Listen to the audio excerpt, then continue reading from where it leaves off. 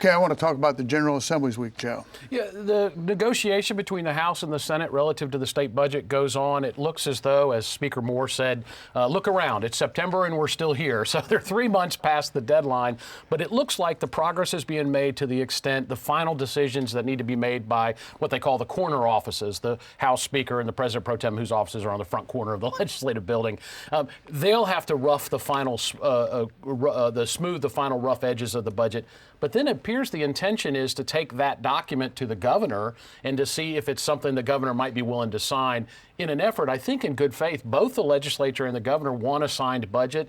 We'll see if the governor can go along with the package of tax cuts and paid teachers and public employees, things that are very important to the governor. I don't know how that process will go. The expectation it may take a week or two for that before a final version of the budget goes before the General Assembly for approval. I think the intention of the Republican leadership is to avoid trying to overturn a gubernatorial veto because they may or may not be able to get those votes.